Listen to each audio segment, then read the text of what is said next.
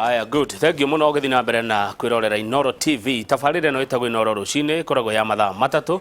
Tukurehagira na Njoroge wa Githĩnji hamwe na ageni aria ithui ene twitaga studio moke nigetha mumorie ciuria na nigetha twita mugeni studio tumwitaga kuringana na uria turona message iria muratuma goko gwa 22488 nenywe andu a Njoro andu a Naikuru mwandikite message mukauga Mheshimiwa Charity Kathambi oke tumurie ciuria cikonie maundu maito ma Njoro na maundu ma Naikuru na ni akireketie gukinya ni tuona ni amukirwo wega ni Njoroge wa Githĩnji ona utwika akiamukirwo uguo ndanake tungwo na gikombe gia gatubia. Mheshimiwa Charity Kathambi muga muno woro ni mwega gukumito thank you very much watinda igwa umete Kangaita kuria Meru ni kundaciarirwe wika ndaikire Rift Valley na kuhewa giti ndairwe Njoro constituency therefore ni gucokia ngatho nyingi no ndo wa guka guku karibu sana Ngai akurathime na Ngai atharime andu a kuma kuria gwako. Asante thengi muno ni ndaigwo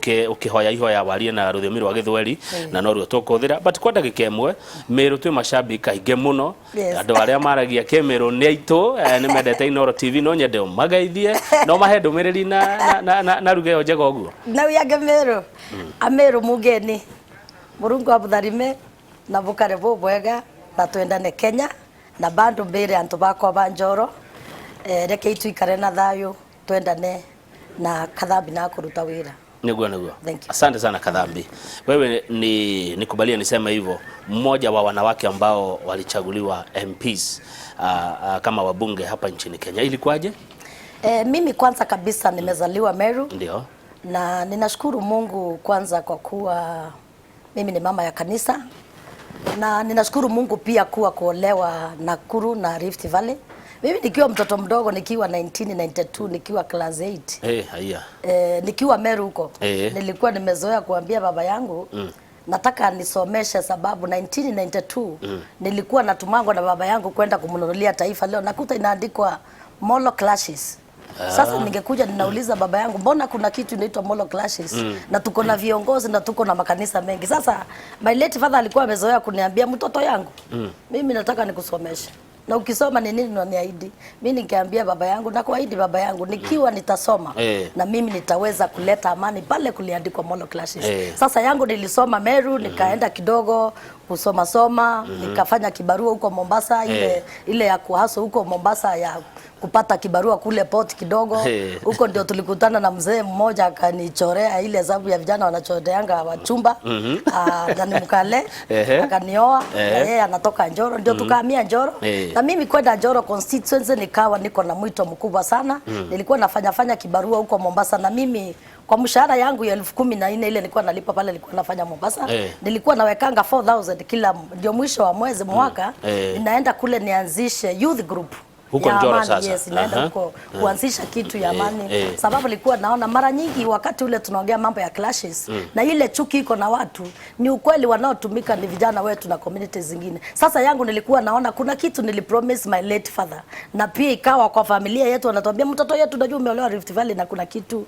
uliahidi baba yetu. Sasa yangu ile kitu nilikuwa nafanya ni kwenda kuanzisha youth groups za amani na pia na kina mama pia sababu mimi napenda na kina mama wa Kalenjin akina mama wa Kikuyu wananiita unajua ni mtoto yetu tumezaa umeolewa na Wakale. Sasa mimi nilikuwa yule mtoto nilipendwa kwa community zote. Sasa kuanzia hapo those are the issues nilianza hivyo na hata wakati ule kulikuwa na clashes baada ya 207 208 ikawa bado ninaendelea na kazi yangu ya amani. Sasa kwangu nimekuwa tu na ile tamaa ya kuwa champion of peace hata na pia kitu kingine pia nashukuru nakumbuka 209 niliweza kuanzisha na kuwa na group ambayo ilikuja ikashikanisha Njoro yote ile influence kuwa na Kalenjins na Kikuyus youths ile tunaanza grupu ya amani. Sasa kupitia hapo watu wengi sana walinijua hivyo na pia pale niliolewa kwa jamii ya Wakalenjin nilikuta challenge kubwa sana kwa watoto wa kisichana kuolewa mapema na pia ile mambo ya FGMs hii ya kutahiri wasichana ilikuwa mingi nikaanzisha kampeni yangu peke yangu ile ya kuambia ile ya kusema wasichana warudi shule na tusomesheni pia watoto kupitia hizo zote na pia ile kuwa na tamaa ya kutamani conservation. Mimi tumezaliwa kule Meru na baba yetu mara nyingi alikuwa anaendanga Kiambu kufanya kazi.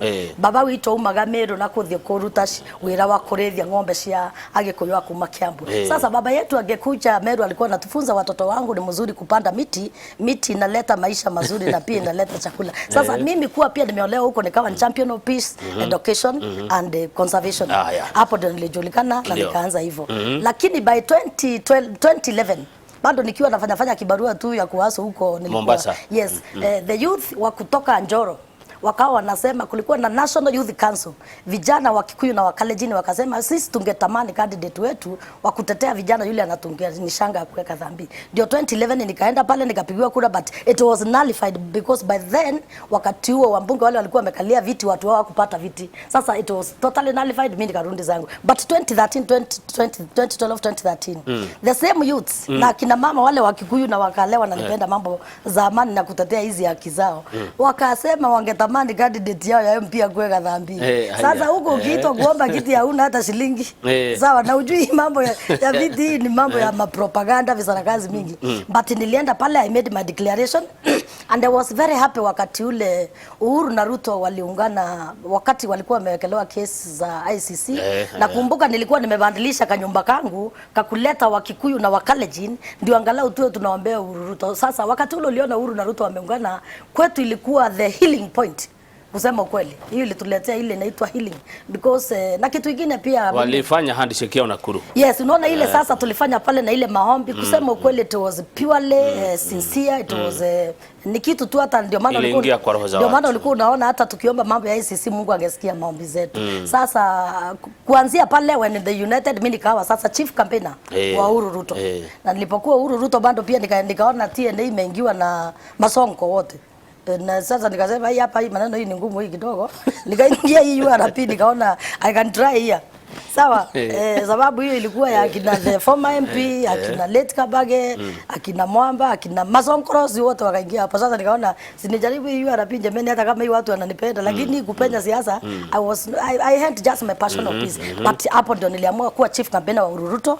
Ikawa president wakienda na Ruto huko Meru, niko nao kuwaombea kura, na lately I won the nominations ya URP, tukakutana na Kiuna kwa debe kama kawaida, nikawa number 2 tu, lakini I thank God pia 2014 nilikuwa Manges wale, nilikuwa presidential appointee director, nikaenda Ministry of Education na nikapelekwa docket ya Kenya Literature Bureau. Sasa I was so humbled, I campaigned for the president and they appointed me the government. Sasa ndio ikarudi hivyo nikaresign na by 2016 December before 2017.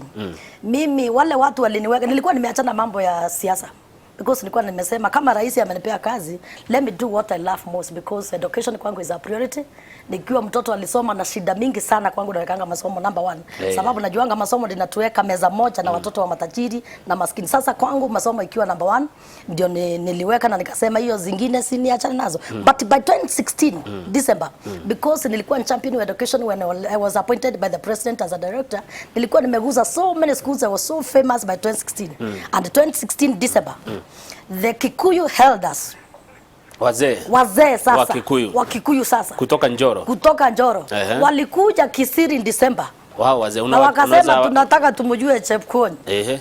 Na wakakutana na Chepkonye, nikamwambia ndiye mzee wangu. Na wakamwambia sasa, Chepkonye, tumekuja kwako, huyu mtoto amefanya haki. Sasa mtoto ama bibi? No, unajua wazee wangu wa Kikuyu ni baba zangu. Bear with me please. Unajua hata wewe mtoto ikifika wazee wetu wage matego. Ndio wakasema sasa, Chepkonye, huyu mtoto amefanya haki, ile kazi alipewa na rais. Ametusaidia kuempower very many schools. Huyu ndiye tungetamani aombe kiti 20. Unakumbuka wazee? Mimi ninawakumbuka dadini vile sitawataja hapa sasa hizi. Kutoka Njoro. Yes, kutoka Njoro constituency. Sasa wamekuja kuomba ruhusa kwa mzee. Na wakamwambia 2017 mimi ninapaswa kuwa candidate. Sasa hata mimi was so confused sababu I made a decision niendelee kuwa director. By 2017 I made a decision to resign, lakini ilikuwa shingopa. Sababu alikuwa anasema sasa hii nikiingia hapa na maneno yende mbaya sitakuwa nimelose. Na kuingia kweli I started regretting before mwezi wa 4. Because propaganda zile niliwekelewa kwanza zilikuwa kama size ya hii nyumba. Unaona? Mimi by 2007-2008 kama ugagati. Mauga gatrere. Mimi ninapenda na wananchi wananipenda. Lakini my opponent wale mabesti zangu na host hapa every time walikuwa nasema Huyo mtumia wa Murumbo. Haya. Huyo Dewito. Sasa kwanza ikaanza wale watu walikuwa wanaombea kura 207 208 wanaanza kunifanya maandui kwa communities kuambia msiamini huyu mama sababu si mnajua ameolewa wapi? Si mnajua huyu mama anataka akikalia kiti sijui atawatoa hapa. Unajua kule kwetu Njoro constituency wale wanasiasa wa kabila kuomba kiti mpaka kwanza uongee mambo ya ukabila. Mpaka kwanza ukuje useme huyu sasa ukiona ng'ombe imeibiwa hiyo ni Kathambi nami huyo anathiire. Unaona kitu kama niliwekelewa maneno mazito lakini mimi nilisimama imara nikaambia wazee nikaambia makanisa mimi ni mama nimeokoka mambo za uovu sijui na nimekuwa hapa chief campaigner wa amani sidhani kama hiyo uovu ninawekelewa inaweza. Actually ilifika mahali sasa wananchi wenyewe walisema sasa enough is enough. Ucio Kathambi mureta mutumia wa Murumbori niwe torenda. That's what happened and I was elected and I'm humbled. Congratulations. Yes, thank you. Na nuraheirwo ngerenwa ya peace Yes. Wewe ni mtu ya amani. Yes. Vita hutaki kuona Njoro. Mimi sitaki vita ndadi sababu pale kuna vita. Hakuna maendeleo. Nego. Yes. Good. Yes. Sasa na unaongea uko na talent hiyo. Wakalenjin. Yes. Ni watu wa aina gani? Wakalenjin ni watu wazuri. Wakikuyu ni watu wazuri, kabila zote ni watu wazuri. Shida huwa ni nini? Lakini attitude zetu na maongeo zetu ni mbaya sana kama viongozi ambao waone mbele. Na ninaomba niseme hivi. Hebu maliza. Kwa nini ninasema ni watu wazuri na sisi maongeo yetu ni mbaya? Utaniomba utanisamehe. Sababu pia last week ulihost ndugu yangu hapa mmoja ambaye alicomment kitu kimoja akasema Moi alifanya makosa kuja kupanda watu kuliko apande miti. Unakumbuka kitu kama hiyo? Sasa mara nyingine na pia kuna ile comment ndugu yangu the former alisema hapa pia kuna watu walitembea na wakakuja na tungunia. Ile kitu ndugu yangu naomba nikujulishe. Our Kalenjin people are very good, our Kikuyu people are very good. Na wanapendana wenyewe. Sisi wanasiasa tukiwa na ulimi chafu. Na nitakuachia clip moja ya 2019. Usikie yale yalioongewa na the former MP uniambie ingekuwa wewe ni kabila nyingine ungesikia. Mimi nitakuachia clip ya have it here today. Tuko pamoja ndugu yangu. Ni watu wazuri na wanapenda amani na wanapenda kusikiza. Kitu ya kwanza naomba nikujulisha. Nilipo make decision ya kuomba kiti. Mimi niliita jamii ya Wakikuyu na Wakalenjin. Nikawaambia nyinyi wote ni wazazi wangu. Ninaomba mniruhusu nitapakalia kiti ile mmeniambia niombe. Pia ni mniruhusu nifanye haki ili itawaunganisha wote ndio watoto wenu wote wafurahi. Ile tabia tuko nayo ndio tunasemanga kabila zingine ni mbaya, ni wakati ule unakalia kiti kama wewe, alafu unakuja unaanza kutafuta tumumeru twenu ndio tusaidie, lakini wale wengine unaona kama hawafai. Tuko pamoja ndugu yangu. Sasa ile kitu ya maana naomba nikujulisha, these communities are very good. Na kitu kingine mimi ninafurahia ni ile nilipowaweka hivyo, niliwaambia pia hata nitakapotengeneza miradi zangu ninaomba Wakikuyu mkuwe ready na nyinyi Wakalenjin mkuwe ready, because yangu as a champion of peace I must act, sio kuongea tu kwa mdomo. Sasa wakati ule ninaenda najenga shule, hata wakati nilikuwa najenga shule ya mheshimiwa MP haijawahi jenga miaka 10 ndio nimemjengea last year ndugu yangu. Inabidi nibebe Wakalenjin waende waone ile miradi nafanya kwa Wakikuyu. Hata mimi wakati wa launch miradi ya Wakikuyu lazima nibebe Wakalenjin so that wakuja waone what kind of leadership I want. Lakini ndugu yangu ile kitu inatufanyanga tunakuwa ni kama tunachochea watu, ni midomo yetu sisi wenyewe. Naomba nikwambie kitu kimoja. Nyinyi viongozi. Nyinyi wanasiasa. Wanasiasa. Pale mashinani Mkale, Mkikuyu, Mkamba, wanapendana. Muluya, Mjaluo hawana shida. Naomba nikujulishe ndugu yangu. Nilipo take over na pia wakati wote as a champion of peace. Nimeweza kuwa na mambo mingi sana imeguza Wakikuyu wengi sana na Wakalenjin wengi. Na nataka siku moja unitembelee kwangu. Kuna barabara hiyo unasikianga ya kutoka Njoro mpaka kwenda Monarok. Na hiyo barabara unakuta inakata ile moja ya kwenda Mauche kwa Wakalenjin kwingine kwa Wakikuyu. Nilikuta historia. Hakuna vile Mkikuyu ange cross hiyo barabara sababu ya ile uadui ilikuweko. Ama ile Mkale cross kule. Lakini saa hizi wanakula pamoja. Mimi sinanga stress. Nikiwa na function kwa Wakikuyu natumanga Wakalenjin na Wakisii. Nikiwa na function kwa Wakalenjin ninatuma Wakikuyu. Sasa the relationship tunataka niyo. Lakini ukikuta ndugu yangu kiongozi akuje hapa aanze kuomba kitu na misingi ya kikabila na aanze kusema eti Moi alimwaga watu kuliko amwage miti. Ndugu yangu, naomba nikujulishe the concept of Mau because haya tutakuja hapo. Yes. Tutakuja hapo, lakini hebu turudi nyuma kidogo. Yes. Wakati ambapo ilikuwa ni 2017 ndio umechaguliwa baada ya kufanyia Uhuru campaign, umesema hivyo mwenyewe. Yes. Labda Deputy President alikusaidia kupata tiketi ya Njoro kwa sababu umeolewa na mtu kutoka kabila lake? Jubilee ni chama ambayo inaongozwa na rais wetu na naibu wake. Ndio. Kwa mambo ya Nakuru County, rais na naibu wake walikuja wakatuongeleza uwazi kabla ya nominations. Na walisema hivi, tunawaomba jamii zote mwende muombe kura kwa wananchi, na yule wananchi wataamua ndiye tutafanya naye kazi. Kitu moja ninashukuru rais na naibu wake, hawako influence mtu yeyote akalie kitu chochote. Na ingekuwa ni influence, basi mimi sio yule hata ninge-influence. Asiange influence mkalejini mwenzake. Sababu kalejini pia walikuwa na makandidate. Tuko pamoja ndugu yangu. But ile kitu napenda demokrasia iliyo ilifanywa na rais na naibu wake ni kutuachia kiwanja. That unakuta Njoro constituency ndugu yangu, ufanye research from today. Hata kura nilizopewa hakuna MP amewahi zipata, even the previous Molo. Number 2, siku ya kupiga kura nilimwacha na kura over 50,000 votes, not 5,000. Na ukizungusha historia ya Molo, wakati ilikuwa Molo and wakati ilikuwa Njoro, hakuna mtu ameipata kura kwa uchaguzi. Kwa uchaguzi ambao ulifanywa na IBC, wewe ulishinda. Lakini kwa uteuzi wa chama, nomination ndio nauliza, nomination ilichangiwa na naibu wa rais wewe kupata ticket ya nomination Jubilee? Kwanza naomba nikujulishe my dear, nomination ya Njoro ingekuwa hata naibu wa rais ama rais, hakuna mtu angeweza ku-influence. Unajua ni kwa nini nominations ya Jubilee? Na ninakuambia hapa mbele ya hii kamera. Ongea mheshimiwa. 2017 wananchi walikuwa wamesema enough is enough. Na maugere aterere, kwa nini nilipata hata kura mingi? Ilifika mahali watu walikuwa nasema si basi reke togeria na mutumia, wacha tujaribu mama round hii. Sasa mimi utakuta ward nyingine kama Maonaro ward, hata nilipoanza kuomba kura, Maonaro ward is purely Kikuyu over 95%. Hiyo hata kabla ya nominations waliniita wakaniambia, Kathambi omba kura kwingine. Nenda kuomba ile Lare ward ya kina Kiuna, omba Kingo, sijui omba Njoro.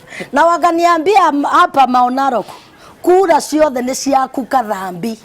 Sawa, vile kura konge ucerie kura. Ndio nikaenda hata Lare ward ya mheshimiwa Kiuna, I won. Tuko pamoja ndugu yangu. Sasa sasa mimi nilipewa kura ward zote na wananchi wote kwako kupata ticket ya chama cha Jubilee. Kuna mkono wa mheshimiwa Ruto? Mimi sijawahi kupewa ticket ya kuvai Njoro. Mimi kupata ticket my dear ya Jubilee ni wananchi waliamua. Na nitatamani siku nyingine nikuletee videos. Kwanza nikujulisha hivi, ingekuwa hata sio vile nilipitia ile challenge ya ile siku ya nominations, wachana na ile manjeni nilishinda nayo, ingekuwa kubwa zaidi. Haya, sawa, asante. Na ninaomba nikumalizie hapa kusema hivi. Kwanza siku ya nomination nilikuwa number 1, number 2 alikuwa anaitwa mtu anaitwa Mwamba, number 3 alikuwa Kiuna. Get it clear. Haya, sawa, asante. Sitaki tuongee hiyo sana. Wacha ifike hapo. Imesemekana ati kuna watu wamekatazwa kulima mahindi huko Njoro. Na ni Wakikuyu. Wewe umeongoza ati wasilime huko. Sasa nashukuru sana, unajua kuja hapa inanisaidianga sana. Ndio. Kwanza umepewa urongo na umeniuliza swali ya warongo. Kitu ya kwanza, hata wale watu wanasimamishwa kupanda mahindi si Mkikuyu ama Mkisi ama Mmeru, ni Mkaleji. Kwa nini anakatazwa? Naomba nikujulishe tu kwanza na kukosoa. Yule alikwambia ni Wakikuyu wamesimamishwa, hiyo kwanza ni urongo. Kwa nini wanakatazwa kulima? Wale watu walikuwa wanakatazwa ni watu wa kutoka Marishoni na upande wa Njoro, ile yangu inaitwa Naiswet na some other areas hapo. The concept ambayo sikununua na nilikata kata na nimesimama imara hapo. Na ninashukuru jana commissioner amesikiza malalamiko zangu. Solution ya wananchi wakiwa na conflict. Solution sio kuwanyima chakula, kwanza unaongeza crimes. That's what I told the commissioner. Because walikutana as a team of security, they end a concept according to the security. Yao ilikuwa inawafaa. Lakini kwetu sisi haiwafai. Tuko pamoja. For last year kumekuwa na conflict between the community inaitwa Ogiek na Kipsigis. Na ilikuwa wakati wa mahindi. Ni ukweli nasikitika sana. Watu tulipoteza watu wengi na tulipoteza mali mingi sana. Tuko pamoja dadi. Lakini solution ya security, hata mimi nilikuwa wale walikuwa wanatembea hiyo, na it was very painful scenario. That was my worst moment in my political life. Tulipoteza watu wengi sana, tulipoteza mali mingi sana. Sasa kwa ile mateso tuliteseka psychologically, security ilikuwa inauliza what would be the solution. Now the solution they are coming up with, watu wasipande mahindi. That is not a solution. Because pia hata ukikuta kuna panya kwa hii nyumba, hautachoma nyumba yote. Utachoma sababu ya panya moja. Sasa nilimwambia that is a wrong concept. Kitu ya kwanza, it become a threat to the 4 agenda of Jubilee government, the food security, it becomes a threat also. Na kitu ingine pia, hakuna vile utasema Kathambi ambaye amefanya specialization ya upanzi wa mahindi asipande mahindi yake. Hiyo ni kumutesa na watoto wake na pia kuongeza wizi na pia more crimes in the society. Pale mashinani. But so far nimekuwa sorted yesterday. Asante. Nataka kwenda kwa mtazamaji sasa, lakini pale mashinani. Yes. Hizi kabila zote umetaja. Yes. Ukiangalia ukipima, wewe ndio kiongozi wao. Yes. Amani imeingia kabisa? Vile nitasema dadi. Kitu inaitwa amani. It is always a process. Na ninasikitika sana wakati ule naona kiongozi anaketi hapa anaanza kutukumbusha uchungu tuliopitia. Amani is a process. Amani natakaanga tukumbushane kila siku, ndugu zetu, tupendane, tusameane na tusahau tuliopita. It is a process which takes, ni kama upoteze mzazi. Hauwezi hiyo siku umezika mzazi yako imetoka kwa roho. It becomes with a long process. Sasa ile kitu iko kwanza, ninashukuru kwa zile mikakati tumeweza kuweka. Tumekuwa na mikutano mingi sana za amani. Mimi kama unaweza fanya your personal research, before even I took over, even when I took over, nilianza pia extensions ya peace meetings. Pale ninaweza keti na ninatembea na commissioner wa Nakuru County, we lobby the other side, the commissioners of Narok County, pale pia kuna tokelezeanga shinda, na pia nina lobby as a members of parliament, tunaketi na tunaongea mambo za amani na tunaongelesha watu wetu, tunaonyesha hakuna kitu ya maana. Jamii zimeshikana kabisa? Ile kitu iko dadi, ninakwambia jamii zinaendelea kushikana, na ndio maana nimekuambia pia ni mzuri wa appreciate ukiwa hapa Inoro TV. Ni mpaka tukubali ni process ya kwenda tukisameana na mwisho itakuja. Tusameheane na kusahau. Ndio nakwambia hizi zote wakati ule na this is a process. Yes. Ni lazima pia tukubali. Unaweza samehe na usahau. Unaweza samehe sometimes na pia ifike kuangalia na tabia zetu, kuna mahali nafikanga unasahau. Tusahau. Yes. Yaliyopita. Yes, ni mzuri tufike hapo. Kwako kuna IDPs? Nataka niseme hivi. Njoro constituency nilisikia ukiongea mambo ya IDPs hapa. Na ninataka pia nimpongeze my brother, my big brother Kiuna. Sababu pia alikubali hapa, alisema walikuwa wameinitiate process ya kuresettle watu na kataja different areas. Naomba pia nikujulishe hapa. Na ulifuatilia hiyo Nilifuatilia sababu ninakupenda sana, ninapendaka your presentation na ukuangi biased. Asante. Tuko pamoja dadi. Thank you. Kitu ya pili anisema hapa mambo ya IDPs, ulimuuliza kuna IDPs na pia ukamuuliza mambo ya IDPs mane. Nataka ni confirm hapa. Ukiwa member of parliament, wewe ndio unahakikisha watu wamepata haki. Mimi nilisikia mpaka kutoa machozi wakati alikuambia hapa, alikuwa MP wa Njoro na list ziliandikwa fake, sawa? Na zikaenda na akiwa tu anaangalia na he has never taken an action. Nataka nikwambie hivi dadi. 2014 2015 Jubilee government led by the President Uhuru Muigai Kenyatta na deputy wake William Ruto wali make conclusion that wale watu walikuwa wameteseka ma IDPs watasaidika. Solution ya kwanza, wakakuja wakaona watu wote wale watutolewa ma areas wapewe mapesa, ndio wakaenda wakasetu. Lakini nataka nikwambie hivi, waliosimamia kuandika hizi makaratasi zote ilikuwa inapitia kwanza watu wa kwanza kuweka tiki hizi vitu ziko sawa ni wambunge dadi. Na ukienda any part of this country, wambunge walikuwa najua hizi list zao ziko liko na zimeenda ministry na zimekuja. So 2014 2015 before nikuwe 10 days when I was appointed by the president, president to come to launch, but he did not come to launch. Anituma is Deputy President William Ruto. Unajua they launched with who? Pesa ya IDPs. Wali launch na Mheshimiwa Kiuna Joseph Kariambeu. Mahali pale alitaja kunaitwa Teret. Waka launch IDPs fake. No, nasema ile pesa ililetwa His Excellency alikuwa sababu malisti zote zilikuwa zinatengenezwa kupitia the former DC ambaye alikuwa anaitwa Kinyanjui, na pia the MP Kiuna ndio wale walikuwa na confirm the list. Okay, tuko pamoja dadi? Sasa mimi naomba nikujulishe hapa kwa hii TV, mimi nilikuwa wale walikuwa washiko wawekwe ndani. Do you know why? Mimi nilianza vita yangu sababu nilikuwa nimeanzisha timu ya wachungaji, ilikuwa inaongozwa na Mokorino na mzee mmoja Mkalejini alikuwa anaitwa Late Lagos ambaye alikuwa anatoka mahali kunaitwa Mauche. Na kwa nini nilikuwa nalalamika? Ni sababu niliuliza, kwa nini mnaandikisha Wakikuyu wametoka kaunti zingine, na kwa nini mnaandikisha Wakale wametoka kwingine, au wametoka Transmaya ama ametoka Kiambu hata kama ni ndugu yako? Kwa nini mnawaandikisha na wewe MP unakubali hizo list na watu wetu wako hapa bado hawajapata haki? Mimi naomba nikujulishe hivi in short. Kuna watu walibaki mahali kunaitwa Kabiamet hawajaipata haki yao. Kuna watu wanatoka mahali kunaitwa Bison hawajaipata haki yao. Kuna watu kona zingine za mahali kunaitwa Naisot na Mauche, na pia kona zingine bado zinaitwa Mau. Kuna watu walibaki wako kupata haki yao. That's why hata wakati ule nilikuwa nangangana last year wakati kulikuwa na conflict between Ogiek and Kipsigis. That's why kwa barua yangu mimi mwenyewe nilikuwa nimeomba rais akuje anisaidie kukue na total permanent peace, because pia watu wanapaswa kuwa na title deed. Challenge ile niko nayo kubwa sasa ndio nimalize hiyo mambo ya ADPs. Ni Njoro constituency miaka yote kuanzia Maonaro kuenda mahali kunaitwa Kashembe, uende upande unaitwa Boka Farm, uende Piave ungie Maiche, uende Lare, uende Kingo, the entire constituency. Challenge ile niko nayo hiyo ni constituency miaka mingi haijawahi pata kitu inaitwa titles. Sasa ni summary nasema hivi dadi. Wakati ule mheshimiwa alisema list fakes zililaunchiwa na yeye ndiye alikuwa mdosi na hakupata nafasi ya kuingia parliament. Kama he was so clean, angesimama parliament na aseme the list fake were launched in my constituency. Na pia kuna watu wamebaki. Lakini naibu wa rais alikuwepo pia. Ndio nasema. Na naibu wa rais ni mkubwa wa mbunge. Ndio hiyo ninakwambia dadi, naomba nikujulishe. Sitaki tudanganyane hapa. Unajua watu wamezoea kudanganyana wakikuja kwa TV. Tuko pamoja my dear.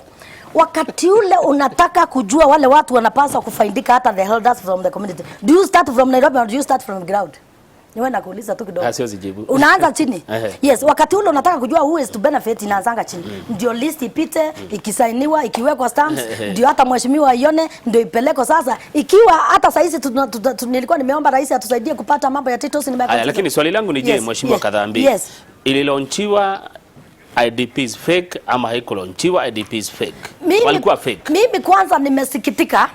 Walikuwa fake hawakuwa. Kwanza naomba nikujulishe, nimesikitika ile kazi MP wa Njoro Kiuna alisimamia ameconfirm hapa last week ilikuwa fake. Kwa nini ukiwa MP uangalie list fake ilaunchiwa wakati watu wako wanateseka? Ilikuwa fake haikuwa fake? Mimi ndio kulingana na mheshimiwa Kiuna alisimamia list fake. Kulingana na which now for me I will take an action. Sawa? I have now to raise a question in the parliament. Sawa? Ninataka nijue watu wale ambao hawajawahi faidika Njoro constituency watafaidika lini, sababu the MP wa Njoro constituency the former MP Kiuna amesema yeye alisimamia launch of the fake nini. Sasa hiyo ni kumaanisha nini? Wame launch na deputy president. Ndio nimesema alikuwepo deputy president. Ndio nakwambia Deputy President hata akikuja kulaunch ile, wewe as a member of parliament unaona kama saizi juzi last year, let me give you an example. Deputy anawezaje pia kulaunch kitu iko fake? Ndio nakwambia, unajua president na deputy president kuna mahali uwezo ukaweka kwa matope. Naomba nikujulishe hiyo. Unaona kama last year si tumekuwa na issues ya Ogiek na Kipsigis. Tulianza process ya kutengeneza title deeds from the ground. Sasa the president was come and launch them on 11th December 2020. Ingekuwa title deeds zimeanza kuandikwa na zipelekwa na rais ya kuja launch, tutakuja kusema rais ali launch fake title deeds. Ile itakuwa makosa, ni wale watu wamefanya hiyo kazi, na wewe kama haya unamuondolea lawama. Yes, okay. Yes, ndio nasema that is not his responsibility. Na hakufanya makosa, ni kazi walikuwa wanafanya ya haki ambao sisi walagai waliokuwa chini pale wamefanya hiyo makosa. Ndio tuondokee swala hilo. Hawa fake waliletwa na nani? how IDPs actually hiyo ni swali ulikuwa the right person yule ungekuwa umeuliza hiyo swali ingekuwa kiuna sana sababu wewe umesema kulikuwa Wakikuyu mimi yangu kilio zangu ilikuwa ile ninaenda ninakutana na watu wa Kabiamet, nakutana na watu wa Bodeni, ninaenda na watu wa Biston, uende ile Njokedi wanakuambia njemeni CMP atusaidie tupate nini. Sasa yangu hapo ndio nilijulia kumbe tuko na watu bando wanalia. Na mfano mwingine naomba nikujulishe dadi. Why I came to know pia kuna watu wameachwa. Mimi mwenyewe kwangu nyumbani niko na mama Mkikuyu rafiki yangu anakujanga kwangu kunisaidia mambo 1 2 3, lakini hata yeye ndio nilijua kumbe hawakuwa wamefaidika. Ukikuja pia kwangu pale utakuta kuna mama ameolewa na Mkikuyu pale, lakini bado anakuja ni wale watu. Mimi kuna kanisa nimeenda kuombea watu angalau wajisaidie, na nikawa ninabeba maforms zangu. Wewe ni mhubiri pia? Yes, mimi ni mhubiri pia wa kanisa. Okay. Yes.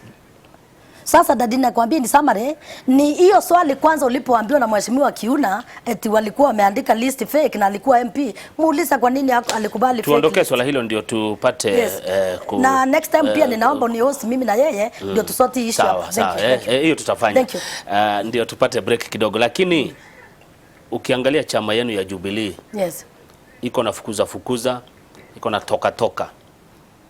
Wanachama wengi ama wafuasi wengi wa Jubilee ni Wakikuyu, Wajaluo, Wakikuyu, Wakalenjin, Wameru, ni watu ya Mount Kenya na Rift Valley, si ndio? Wanasemaje huko mashinani vile wanaona uongozi wa chama?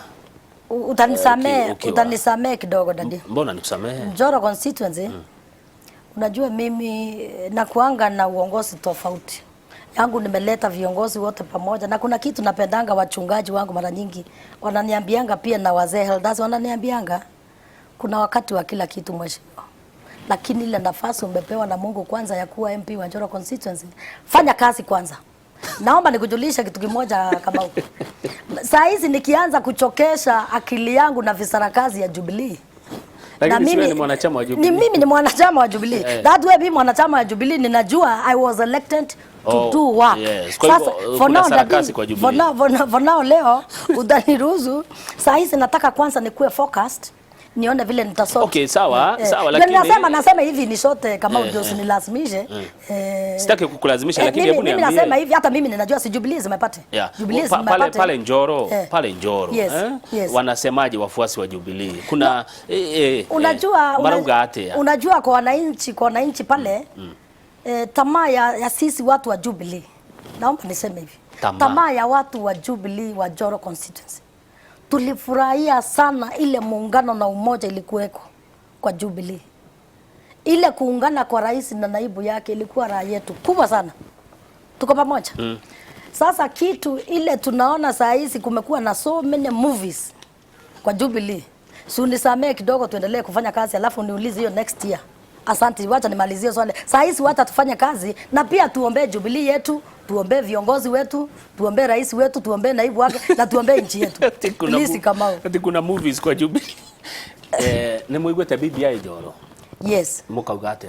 BBI iko Njoro na ninaona imeendelea kupitishwa na MCS na BBI iko na mambo mengi mazuri pia.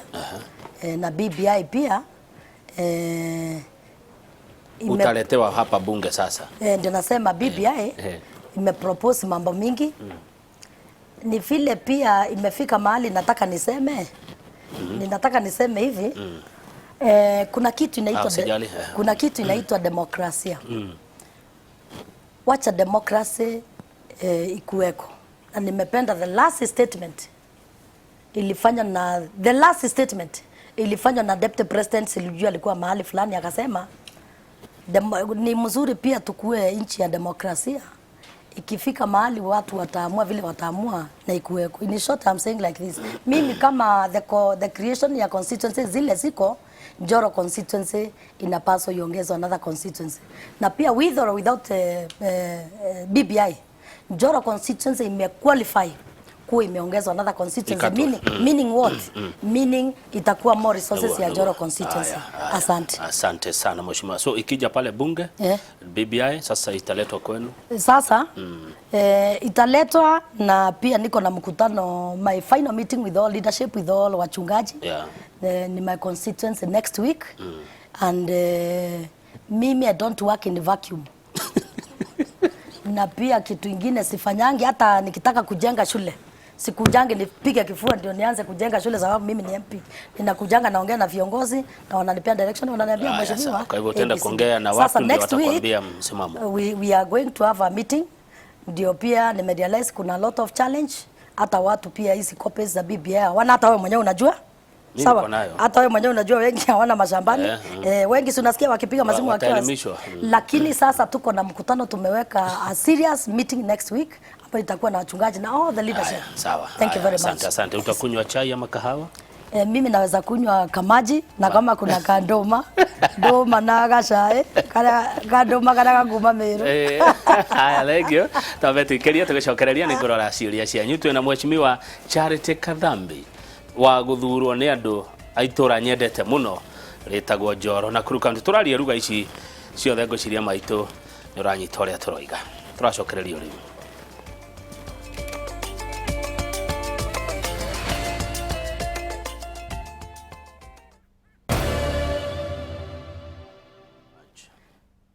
Good. Thank you muno ogithie na mbere na kwirorera Inoro TV. Rucine rwa umuthi mugeni witu ni mheshimiwa Charity Kathambi, mubunge wa guthurwo na tigiti wa kiama kia Jubilee ni andu aitura ritagwo Njoro riria riri thiini wa county ya Naikuru. Eni uri woka kwa Inoro ringi mheshimiwa? No, this is my first time. Oh, ndio mara yako ya kwanza? Na unaongea kama mtu umezoea. Niguo. Yes. Ana ithio nuratukenia. Ogechira. Naona na atumia ni mwaragia ma. Ni ngiaria ciugo ithatu ya urari hakuhe ngiri. Mundu tagwo riri Ngugi wa Thiongo Rare Ward. Arauga mambo ya stima iko chini sana Rare Ward. Nafikiria hiyo unaweza kuongea hiyo maneno. What's your take on this? Number 2, anauliza huyu Ngugi wa Thiongo ni anafuatilia sana Inoro TV akiwa Rare. Wewe hujaonekana pale kwa BBI, kwani uko side gani? Thank you very much. 2 questions. Asante sana. Kwanza kitu ya kwanza nataka niseme hivi. Na mashinani nimeongelesha watu wangu the entire constituency. Nikikalia kiti bwana Kamau. Mimi nafanyanga kazi zangu professionally. Tulishikana wabunge wote na Nakuru County, tukaenda kwa Ministry ya Energy na tukaketi ndio tujue tunaanzia wapi kazi yetu. Nilipokuwa nimechaguliwa immediately 2017, nilienda nikakuta my constituency was the last connected upande wa stima. Kitu nimeomba watu wangu, nimewaomba wa appreciate zile programs zote nimesukuma constituency yangu, so that nikitoka hapa ninaenda pale. Ninapoongea saizi niko na programs saizi ninapoketi hapa zinaendelea over 30 programs. Hiyo inaanzia Piave, ingine inaenda Kikapu, ingine inaendelea Nice Game, ingine utasikia iko Gabiamet, ingine utasikia iko Sinedet, ingine iko upande wa Mauche, ingine iko probably Gatimo, iko mahali kunaitwa Analat, nyingine nimetupa hata Kitech. Yani ziko kwa akili yangu because that's I have a lot of passion with my, yani niko na so many programs zinaendelea. Ile kitu nimeomba watu wangu waelewe ni tuko na challenge. Kuna ile kipimo pia unaweza omba na upewe, na pia ninashukuru sababu pia nimepata a lot of support, niko na those programs. Na pia kitu kingine ambayo nimeweza kueffect pia upande wa stima ni mambo ya street light. Hiyo nilianza nayo constituency yangu, nikaanzia mahali kunaitwa TPs, nikakuja mwisho wa lami, nikakuja Mau, nikapitia Mauche, nikaenda mpaka naishi kwa my big brother Kiuna, nikaenda Bagaria, nimeenda Kiingo, nimeenda Egerton, nimeenda saizi niko na program ya kuinstall street light pia upande wa Piave na upande wa Njoro Town. Sasa in short ninasema hivi. Though kuna challenge, nina appreciate hizo programs tuko nazo ambazo zinaendelea. Kona mingi ya constituency yangu hii inaitwa Mitume Ndefo, kona mingi. Actually I cannot mention all of them here. Ile kitu ninaomba watu wangu. Ninawaomba sababu kazi yangu inakuanga transparent, inakuanga na mikutano za hadharani ya kuambia watu ni nini nafanya per ward. Na programs zangu kama nimepata kama ni that, I divide them to my 6 wards. That is how I work, nafanya kazi. Kitu ya pili, wananchi wanapenda kutuuliza maswali obvious, zile wako nazo answers. Sio umeona umeniuliza swali ya BBI nimejibu hapa, lakini bado anauliza na mujibu tu. Yes. Na mimi ndio nimesema kitu ya kwanza, hii ni Kenya yetu sisi wote. Na tunapaswa tupange mazuri mema sana kuhusu nchi yetu. BBI iko na mambo mengi sana mazuri. Na ya kwanza pia, na pia iko na mambo zingine pia tunaweza kuwa na tashwishi nayo kama ile unaona upande wa ile tunaweza kuwa tuko na the addition ya 70 constituencies. That is the most perfect idea. That is perfect idea. Lakini na kuna idea nilipropose wakati wa BBI ilikuwa watu wanazungusha, nilitoa maoni yangu. Gani hiyo? Nikasema kuna 2/3 gender rule. Hii ambayo haijatimia. Why don't we, kama hii wazee wanatupenda wote, all members of parliament and other colleagues, why don't we propose the new created constituencies? Equal declared women constituencies. Do you know why? I wanted we deal away with these nominations of almost 180 women who are going to be nominated, because kutaenda kuwa na a lot of gaps here and there. Sasa kuna mambo mengi sana kwa BBI yale yako mazuri. Swali ile wananchi labda walikuwa naulizia sana hiyo. Kwa nini hauko pale mbele kupigia BBI debe? Sasa hiyo huonekani. Sasa hiyo ndio ningetamani nielewe kuwa mbele na kuwa nyuma ni wapi, lakini huonekani kabisa katika mikutano ya kusema BBI ni wapi ninapaswa nionekane. Njoro. Njoro na Kuru kukiwaambia wananchi. Sasa nafikiria sifanyangi kazi vile wanaoniuliza maswali wanataka, lakini nafanyanga kazi kulingana na vile watu wangu wa Njoro wanataka. Huyu ni mtu wa Njoro huyu. Ndio nakwambia, yes, ni mtu wa Njoro, ninamjua sana Ngoge, ninajua lakini hautafanya vile anataka. Ndio ninasema ninafanya kazi kulingana na vile constituency yangu viongozi tunawekanga mikutano. Ninajua Ngoge, ninajua ni chief campaigner wa nani. Sasa viongozi ni gani unataja? Umesema viongozi mara mingi. Ndio nasema si wewe ndio kiongozi wa Njoro. Mimi ni kiongozi, na pia ikiwa ni youth, ikiwa ni women, ikiwa ni wazee, ikiwa na churches, all these people need also talk about BBI. BBI is one oriented man. It is all of us inclusive. Na umesema iko sawa BBI. Ndio nasema iko na majority of the things ambazo pia ziko sawa, na kuna zingine zinaweza kuwa watu wanalisema. Haya. Dhuo, kuna mtu anaitwa Dhuo wa Mwagi. Yes. Hii sasa nitaulizaje hii? Uliza tu. Uliza. Kamau, uliza mheshimiwa. About bacon ishi ile kirwa defo. Yes. Nalikia ate ne motito no ciake tondu migunda ya Gikuyu ni guthie irathie yetagwo Thuo wa Mwangi. Asante sana. Thuo ameuliza swali ya maana sana, na ungeignore ungekuwa umenikosea. Sababu hiyo swali nataka nijibu imeguza kabila zote. Naomba nikujulisha hivi dadi. Last year nilianza vita kali sana na CS anaitwa Tobiko wa Ministry of Environment. Imetokelezea nini dadi? Hiyo kitu saizi Thuo ameraise ni kitu very serious. Under the Ministry of Environment led by the CS Tobiko, kuna watu wanaishi Nairobi, yao ni kuimplement, yao ni kupush these illegal things to happen on the ground.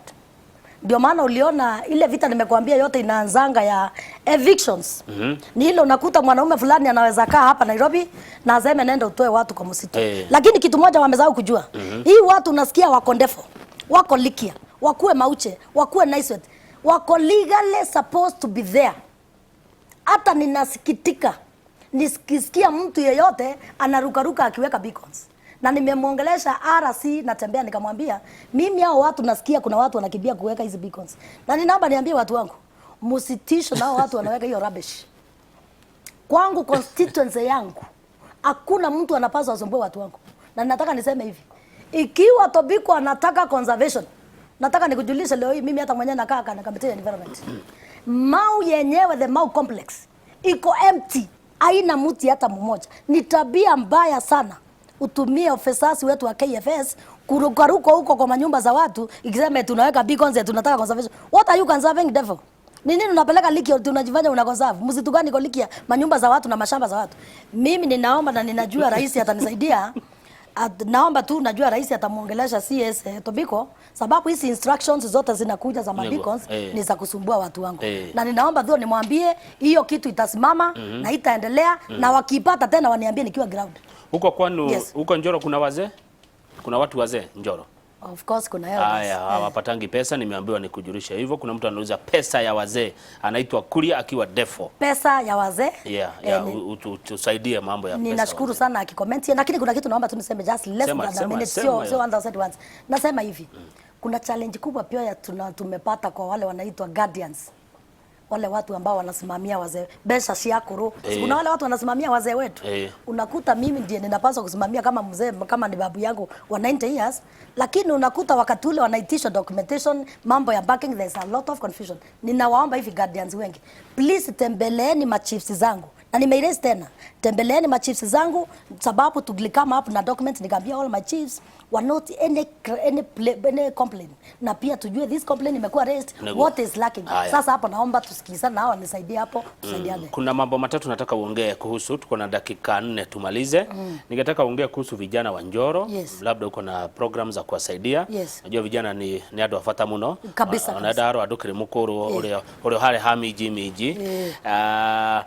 Vijana number 2 uhoro wa mai, maji. Naona nikiambiwa hapa ingawa maji ni account lakini niko nyorio kuga na farafara roads. Thank you very much. So issue that vijana maji roads Kitu ya kwanza nataka niseme asante sana kwa vijana wote Njoro constituency. Mimi vijana walisimama na mimi 99%. Na mimi nikiwa mama kijana kidogo nilielewa challenge ya vijana. Ndio niliamua intentionally constituency yangu. Nimeanzisha serious short courses. Ya kwanza vijana wa pikipiki nikaona ile mateso wanapitianga wengi ni mahasla, nikaanzisha serious program ya driving courses. Sasa hizi tumepeleka thousands of youths wapate hizo cheti. Kitu kingine nimefanyia youth wangu, nilianzisha short courses ingine ya electricals, mambo ya clothing and textiles, saloon and mambo ya kinyozi na pia nikaanzisha mambo ya catering na kupitia hizo short courses ni ile niliona wale vijana wetu waliacha mashule, hii ni njia ya kuwapea nafasi wakue wapate more skills.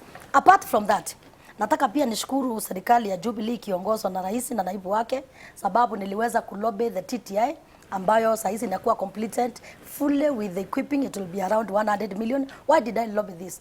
Ni sababu niliona constituency yangu ni kubwa, vijana mara nyingi wameachwa na hiyo itakuwa njia moja kuliko vijana wetu hangaike kwenda sijui Narok, sijui kwenda Eldoret ama Kisumu ama Nairobi. Nimeleta the big mega project ya TTI ya vijana wetu wapate more skills with the short courses. Na pia upande wa youths niliweka pia nikahakikisha my bursary imekuwa devolved. Because ile mambo nilikuta kama kwa ofisi ile ilikuwa ya MP kitambo ni ile ungeenda pale sometimes utaweza enda pale wewe ukue mama mara nyingi utapata kuhudumiwa mzuri, nikaamua yangu ikue devolved. Sasa bursaries kwangu ndio yule maskini anjiwezi na yule kijana anjiwezi. Devolved, wamechaguana the committees into location levels sababu watajua ni nani mtoto yatima hapa, ni nani kijana hapa anjiwezi, na nikaiweka uwazi that so that pia watoto wetu wapate hizo bursaries za secondaries za colleges za vitu kama hizo. Upande wangu wa maji iko devolved, it is a county function, but nikiwa mama tumeteseka sana. Hata mimi nilikuwa naambianga minister wa maji, namwambia I'm a member of parliament without water. Yes, so that ajue how bad it is. Saa hizi nimeweza kulobe project, niko na project constituency yangu around so far 16 project ambazo nimelobe, zingine nimelaunch, zingine ziko in the process. Yes, boreholes, nikiweka solarization systems because nimelobe under the Ministry of Water na nashukuru Mungu nimepata support kwa ministry. Upande wa barabara nataka nishukuru His Excellency the President with his government and the Deputy President because from 2017 nilipokalia kiti Njoro constituency haijawahi kuwa na barabara ya lami, ni ile tu pekee unasikianga Njoro Monaroko barabara. Na hii ya kwenda kwetu Molo? Yes, na hiyo ingine ya kwenda kwetu Molo pia unakumbuka nimewaombea pesa ya maintenance, you are aware of that? Nafikiri ukipita hapo Njoro unaona kalami. Ukipitia hapo unasema ngai radhi magadhambi tego. Nitaenda. Sasa nilikuwa nataka niseme hivi. Mbeleni yes, hatujawahi kuwa na barabara zingine ndio nasema niliweza kukuta the former leaderships. Kuna barabara walikuwa ameomba lakini haijawahi pita. Nikawenza kupiga magoti na kuambia kiongozi, ninashukuru I have met the former brothers, walikuwa wameomba hiyo wakati. Ulipigia kiongozi mgani magoti? No, nasema ile kuinamia president na naibu wake wakati huo. Nawaambia wakubwa please mnihurumie constituency yangu haina barabara. Yes, I must beg my bosses ndio watuhurumie watu wetu my friend.